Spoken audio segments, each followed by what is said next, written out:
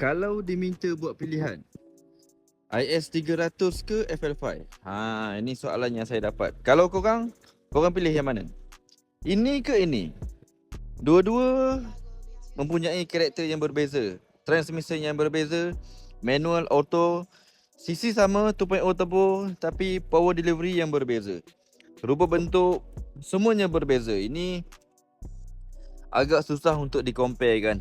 Untuk dalaman, yang ni tak datang. Dia lebih kepada sport car lah. Kalau yang sana sport luxury. Kalau yang ni lebih kepada sport car. Tak ada datang luxury yang dekat kereta ni. Okay. Bahagian belakang pun 4-seater. Right. Bahagian bentuk body dia hatchback. Boot space dia luas. Kalau nak compare dengan yang tu, boot space yang ni lagi luas. Okay. Seat boleh jatuhkan ke depan, boleh bawa katil. Untuk yang ni pula, dia lebih kepada luxury. Lexus seperti yang ramai tahu. Okay. Luxury memang datang dekat dia lah.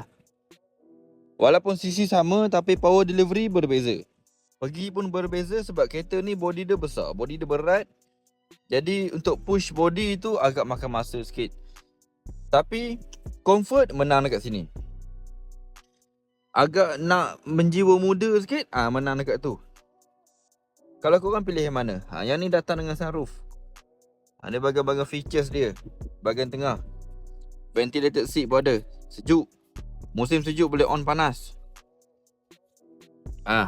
Okay. Bahagian belakang.